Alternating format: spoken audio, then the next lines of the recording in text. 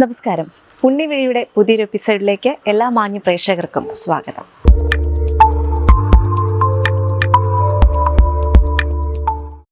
ചരിത്രം കൊണ്ടും അനുഷ്ഠാനങ്ങൾ കൊണ്ടും വ്യത്യസ്തമായ അപൂർവങ്ങളിൽ അപൂർവമായ ആചാരങ്ങൾ കൊണ്ടും ശ്രദ്ധേയമായ ഒരു ദേവി ക്ഷേത്രത്തിലാണ് ഇന്ന് പുണ്യവഴി കടന്നു ചെല്ലുന്നത്.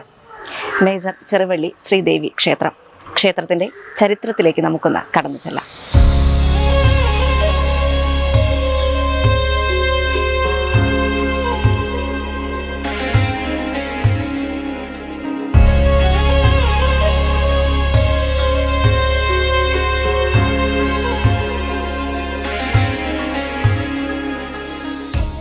ആയിരത്തിലധികം വർഷമുണ്ട് ഈ ക്ഷേത്രത്തിന് എന്നാണ് വിശ്വാസം.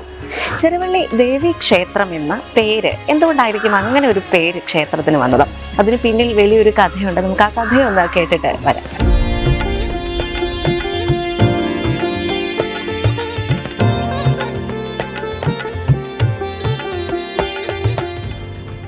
പൊൻകുന്നത്ത് നിന്ന് ചിറക്കടവ് മണിമല റൂട്ടിൽ 8 കിലോമീറ്റർ പോയാൽ ചെറുവള്ളി ദേവി ക്ഷേത്രത്തിലെത്താം.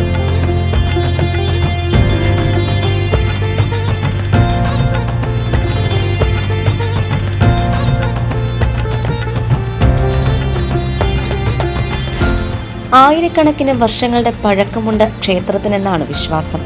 ദേവിയാണ് ക്ഷേത്രത്തിലെ പ്രധാന പ്രതിഷ്ഠ. കൂടാതെ ജഡ്ജിയമ്മാവൻ എന്നൊരു അത്യപൂർവ പ്രതിഷ്ഠ കൂടി ഇവിടെയുണ്ട്.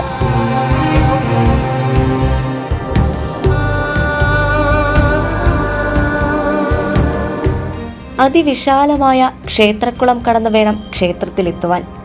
ആനക്കൊട്ടിലും കൊടിമരവും ബലിക്കൽപുരയും ഇവിടെ കാണാം.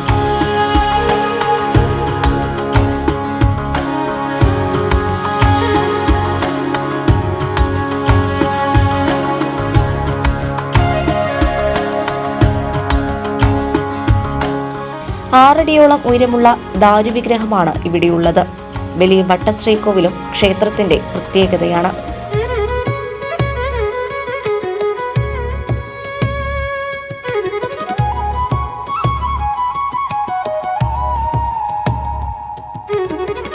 ഇന്ന് ക്ഷേത്രം സ്ഥിതി ചെയ്യുന്ന സ്ഥലം പണ്ട് വലിയൊരു കാടായിരുന്നു അത്രേ.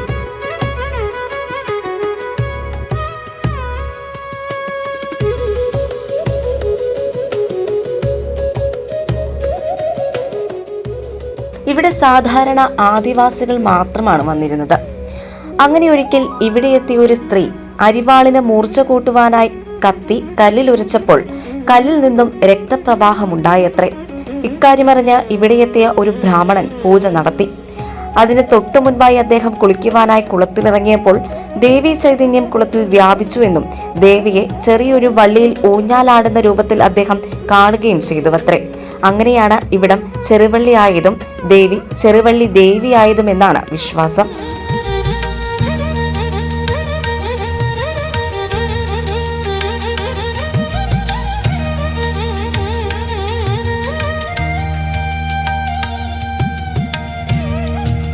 ഞാൻ തുടക്കത്തിൽ സൂചിപ്പിച്ചതുപോലെ തന്നെ അപൂർവങ്ങളിൽ അപൂർവമായ ആചാരമുള്ളൊരു ക്ഷേത്രമാണ് ചെറുവള്ളി ദേവി ക്ഷേത്രം എന്ന് പറയുന്നത്. ഈ ക്ഷേത്രത്തിന്റെ പ്രധാന സവിശേഷതകളിൽ ഒന്നാണ് ജഡ്ജി അമ്മാവന്റെ കോവിൽ. വാദിയാണെങ്കിലും പ്രതിയാണെങ്കിലും നീതി ആരുടെ ഭാഗത്താണോ അവർക്കൊപ്പം ജഡ്ജി അമ്മാവൻ നിൽക്കുമെന്നാണ് വിശ്വാസം.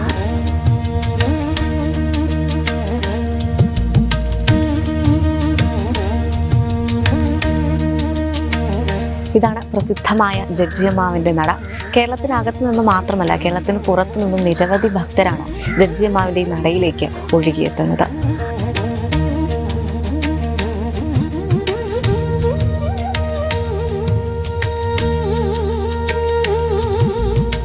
ഈ ക്ഷേത്രത്തിലെ ഉപദേവതയാണ് 18-ാം നൂറ്റാണ്ടിൽ ജീവിച്ചിരുന്ന നീതിമാനായ ജഡ്ജിയമ്മാവൻ.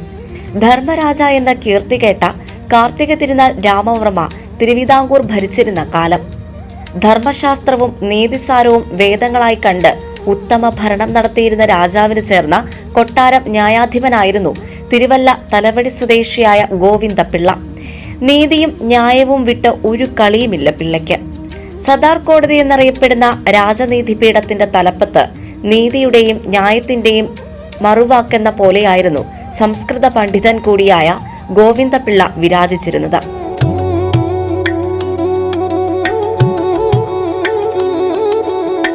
ഒരിക്കൽ ഗോവിന്ദപിള്ളയുടെ അനന്തരവനായ പത്മനാഭപിള്ള ഒരു കേസിൽ കുറ്റാരോപിതനാകുന്നു. ന്യായ അന്യായങ്ങൾ തുലാസിലിളന്ന് സാഹചര്യ തെളിവുകളുടെ അടിസ്ഥാനത്തിൽ പിള്ള മരുമകന് വധശിക്ഷ വിധിക്കുന്നു. എന്നാൽ അനന്തരവൻ നിരപരാധിയായിരുന്നെന്നും തന്റെ വിധിന്യായത്തിൽ പിഴവുണ്ടായിരുന്നെന്നും പിന്നീട് തിരിച്ചറിയുന്ന പിള്ള പശ്ചാത്താപ വിവശനാകുന്നു.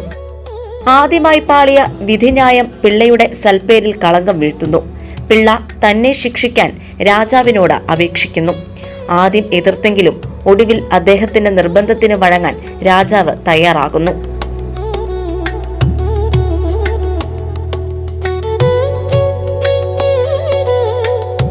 എന്നാൽ ശിക്ഷ വിധിക്കേണ്ട ചുമതല പിള്ളയ്ക്ക് തന്നെ നൽകുന്നു. തന്റെ കാൽപാദങ്ങൾ രണ്ടും മുറിച്ചു മാറ്റണമെന്നും പരസ്യമായി ഒരു മരത്തിൽ തൂക്കിക്കൊല്ലണമെന്നും പിള്ള വിധിക്കുന്നു. മാത്രമല്ല 3 ദിവസം അങ്ങനെ തന്നെ മൃതശരീരം നാട്ടുകാർ കാണെ പ്രദർശിപ്പിക്കണമെന്നും രാജാവിനോട് അപേക്ഷിക്കുന്നു. അപ്രകാരം തന്നെ ചെയ്യാൻ രാജാവ് നിർബന്ധിതനുമാകുന്നു. പക്ഷേ നാളുകൾ കഴിഞ്ഞപ്പോൾ നാട്ടിൽ ദുർനിമിത്തങ്ങൾ കണ്ടു തുടങ്ങി. പ്രശ്നം വെച്ച ജ്യോത്സ്യൻ ജഡ്ജിയുടെയും മരുമകന്റെയും ആത്മാക്കൾ സമാധാനമില്ലാതെ അലഞ്ഞു നടക്കുന്നുണ്ടെന്ന് കണ്ടെത്തുന്നു. പരിഹാരമായി ദേവീഭക്തനായിരുന്ന ജഡ്ജിയുടെ ആത്മാവിനെ ചെറുവള്ളിയിലെ പയ്യമ്പള്ളി കുടുംബസ്ഥാനത്ത് കുടിയിരുത്തി. മരുമകന്റെ ആത്മാവിനെ തിരുവല്ല പനയൂർക്കാവിലും കുടിയിരുത്തി.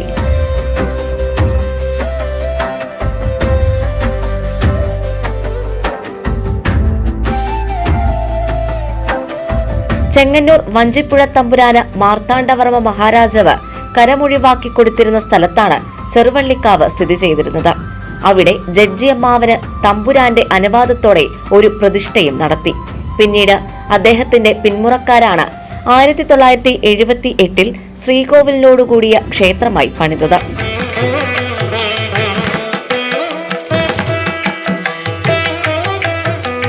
ദേവിയുടെ തുല്യ പ്രാധാന്യം തന്നെയാണ് ജഡ്ജിയമ്മാവനുമുള്ളത്. ദേവീക്ഷേത്രത്തിലെ പൂജകൾ കഴിഞ്ഞ് എല്ലാ നടയും അടച്ച ശേഷം രാത്രി 8 മണിയോടെയാണ് ജഡ്ജിയമ്മാവന്റെ പൂജകൾ ആരംഭിക്കുന്നത്.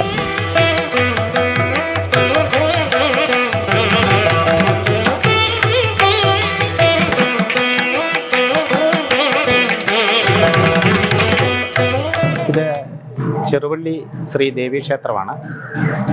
വളരെ പുരാതനമായ ഒരു ക്ഷേത്രമാണ്. മറ്റ് ക്ഷേത്രങ്ങളിൽ നിന്ന് വ്യത്യസ്തമായിട്ട് ഈ ക്ഷേത്രത്തിലാണ് ജഡ്ജിയമ്മാവൻ എന്ന ഉപദേവാലയം ഉള്ളത്. ഈ ക്ഷേത്രം പണ്ട് വഞ്ഞിപ്പുഴ മഠം എന്ന ഒരു രാജവംശത്തിൻ്റെ കീഴിലുണ്ടായിരുന്നായിരുന്നു. ദേവസ്വം ബോർഡ് രൂപീകരിച്ചപ്പം മുതൽ ദേവസ്വം ബോർഡിൻ്റെ കീഴിലായി. ഈ ക്ഷേത്രത്തിൻ്റെ നിർമ്മിതിക്ക് ഏതാണ്ട് 2000-ലധികം വർഷം പഴക്കം കണക്കാക്കുന്നുണ്ട്. കാരണം ചുറ്റമ്പലത്തിന് ഉള്ള ചുറ്റുവിളക്കുകൾ സാധാരണ എല്ലാ ക്ഷേത്രത്തിലും തടിയുടെ അഴിയൽ ബ്രാസിൻ്റെ വിളക്കാണ്. ഇവിടെ കല്ലിൽ തന്നെ കല്ല് തന്നെ കുഴിച്ചെടുത്ത് ആണ് വിളക്ക് നിർമ്മിച്ചിരിക്കുന്നത്. അങ്ങനെ ഉള്ള അപൂർവം ക്ഷേത്രങ്ങളെ കേരളത്തിലുള്ളൂ. അപ്പോൾ ആ കല്ലിൻ്റെ പണിയുടെ നിർമ്മിതിയുടെ ഒക്കെ അടിസ്ഥാനത്തിൽ സ്ഥപതികൾ ഈ ക്ഷേത്രത്തിൻ്റെ കാലപ്പഴക്കം ഏതാണ്ട് 2000 വർഷത്തോളം വരുമെന്ന് കണക്കാക്കുന്നു. ഇവിടെ പ്രധാന ദേവതയെന്ന് പറയുന്നത് ആദിപരാശക്തിയായിട്ടുള്ള ഭദ്രകാളിയാണ്. ഭദ്രകാളിയാണെങ്കിലും ശാന്തസ്വരൂപിണിയായിട്ടുള്ള ദേവിയാണ്. അതായത് ദാരിക നിഗ്രഹത്തിനായിട്ട് അവതരിച്ച് അവതാര ഉദ്ദേശ്യം പൂർത്തീകരിച്ചിട്ടും ആ കലി അടങ്ങാതെ വന്നപ്പം ദേവൻ മഹാദേവനോട് പറഞ്ഞു ദേവിയുടെ കലി അടങ്ങണം എന്ന് പറഞ്ഞ് നിർദ്ദേശിച്ചതിൻ്റെ അടിസ്ഥാനത്തിൽ മഹാദേവൻ മാർഗതടസ്സം സൃഷ്ടിച്ച് കിടക്കുകയും ദേവനെ സ്പർശിച്ചപ്പം കലി ഇറങ്ങിപ്പോയി. പിന്നീട് ശാന്തസ്വരൂപിണിയായിട്ട് ദ്രംഷ്ടങ്ങളൊക്കെ ഉണ്ടെങ്കിലും ശാന്തദ്രംഷ്ടത്തോടെ 21 തോഴിമാരുമായിട്ട് സന്തോഷഭാവത്തിലിരിക്കുന്ന പ്രതിഷ്ഠയാണ്. അത് ദാരുശില്പമാണ്. ഇത് ഒരു പ്രത്യേകതയുള്ളതാണ്. ഇത് പാട്ടമ്പലമാണ്. ഇവിടെ ദാരിക നിഗ്രഹത്തിൻ്റെ ഭാഗമാണ് കളം വരയ്ക്കുന്നത്. അപ്പം കളം വരച്ച് കഴിഞ്ഞ് പൂജ കഴിഞ്ഞ് തിരിച്ചു പോകുമ്പോൾ ആ മിച്ചം വരുന്ന നിർമ്മാല്യം തീർത്ഥവും പുഷ്പങ്ങളും അവിടെയുള്ള ആ ക്ഷേത്രത്തിൻ്റെ തൊട്ട് മുമ്പിലുള്ള കൂവളത്തിന് ചുവട്ടിൽ ചെറിയൊരു ശിവൻ്റെ വിഗ്രഹമുണ്ട്. അത് ആ ശിവൻ മാർഗതടസ്സം സൃഷ്ടിച്ച് കിടന്നു എന്നുള്ള സങ്കല്പത്തിൽ അവിടെ അഭിഷേകം നടത്തി. അത് കഴിയുമ്പോൾ കലിയടങ്ങി സന്തോഷ രൂപത്തിൽ ഇരിക്കുന്ന ഭാവമാണ്. അത് ദാരുശില്പമാണ്. ഒരാൾ പൊക്കത്തോളം വരുന്ന തടിയിൽ നിർമ്മിച്ച ആ ദാരുശില്പമാണ് അവിടുത്തെ പ്രതിഷ്ഠകൾ.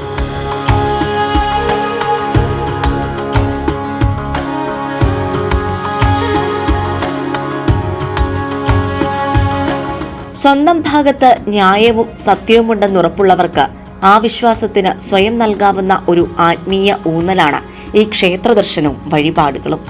ആ രീതിയിൽ വേണം ഈ ഐതിഹ്യത്തെയും കാണേണ്ടത്. ജീവിതം മുഴുവൻ ന്യായത്തിനും സത്യത്തിനും വേണ്ടി ജീവിച്ച ഒരു പിതാമഹന്റെ അനുഗ്രഹവും സാന്നിധ്യവും തങ്ങളുടെ വഴികളിൽ ഒപ്പമുണ്ടാകുമെന്ന ഒരു വിശ്വാസമാണ് ഈ ക്ഷേത്ര ദർശനത്തിന്റെ ലക്ഷ്യം. പേര് വെളിപ്പെടുത്താൻ ആഗ്രഹിക്കാത്ത നിരവധി പ്രശസ്തരായ സിനിമാ താരങ്ങളും ജഡ്ജിമാരും ഇവിടെ സന്ദർശിക്കാൻ എത്താറുണ്ട്.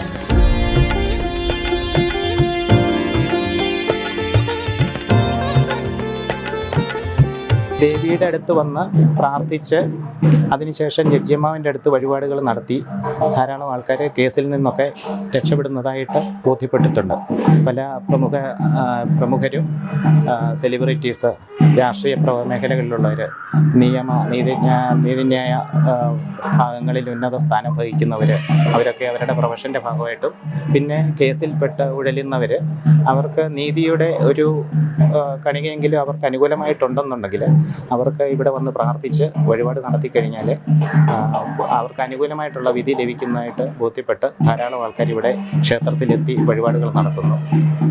ഓരോ ആവശ്യങ്ങൾക്ക്, അതായത് വിദ്യാഭ്യാസം, ഉദ്യോഗം, വ്യവഹാരം, ഇതുപോലുള്ള കാര്യങ്ങൾക്ക് വിജയത്തിനായിട്ട് ദേവിക്ക് വഴിപാടുകൾ നടത്തി ആ പൂജകളിൽ പങ്കെടുത്ത് എല്ലാ ക്ഷേത്രങ്ങളും അടച്ചതിന് ശേഷം മാത്രം തുറക്കുന്ന ഈ ജഡ്ജിയമ്മാവിൻ്റെ നടയിൽ അടനിവേദ്യം നടത്തി ഓരോരുത്തരും വിജയം കൈവരിക്കുന്നതായിട്ട് പലർക്കും ബോധ്യപ്പെട്ടിട്ടുണ്ട്. കോട്ടയത്ത് നിന്ന് 35 കിലോമീറ്ററും കാഞ്ഞിരപ്പള്ളിയിൽ നിന്ന് 10 കിലോമീറ്ററും പൊൻകുന്നത്ത് നിന്ന് 7 കിലോമീറ്ററും ദൂരമുണ്ട് ക്ഷേത്രത്തിലേക്ക്. പൊൻകുന്നത്ത് നിന്നും ചിറക്കടവ് മണിമല റൂട്ടിലാണ് ക്ഷേത്രം സ്ഥിതി ചെയ്യുന്നത്. ഈ വഴി 8 കിലോമീറ്റർ ദൂരം സഞ്ചരിച്ചാൽ ക്ഷേത്രത്തിലെത്താം.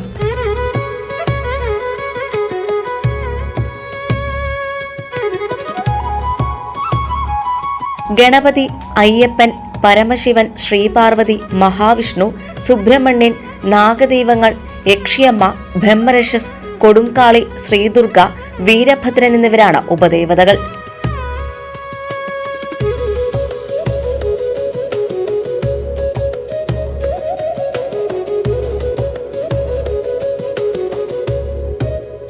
പുണ്യവഴിയുടെ ഇന്നത്തെ എപ്പിസോഡ് ഇവിടെ പൂർണ്ണമാവുകയാണ്. ചെറുവള്ളി ദേവീ ക്ഷേത്രത്തിന്റെ ചരിത്രവും ഐതിഹ്യവും നിങ്ങളിലേക്ക് എത്തിക്കാൻ സാധിച്ചു എന്ന് വിശ്വസിക്കുന്നു. മറ്റൊരു ദേവാലയത്തിന്റെ ചരിത്രവും ഐതിഹ്യവുമായി വീണ്ടും കാണാമെന്ന ശുഭപ്രതീക്ഷയോടെ നമസ്കാരം.